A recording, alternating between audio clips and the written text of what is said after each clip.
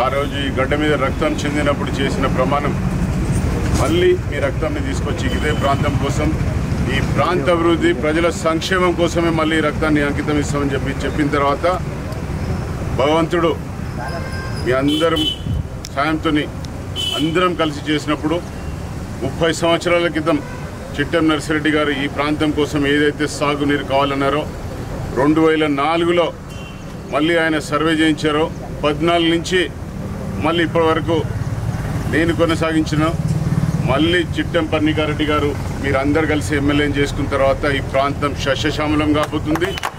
ఈ 24వ తారీఖున టెండర్లు కూడా పిలుస్తున్నారు. 2 సంవత్సరాల్లో ఈ ప్రాంతంలో దాదాపుగా ప్రతి పొలానికి సాగునీరు అందించే బాధ్యత దగ్గరుండి కూడా ఫాస్ట్ చేయించాలని మళ్ళీ మీకు చెప్తున్నామా.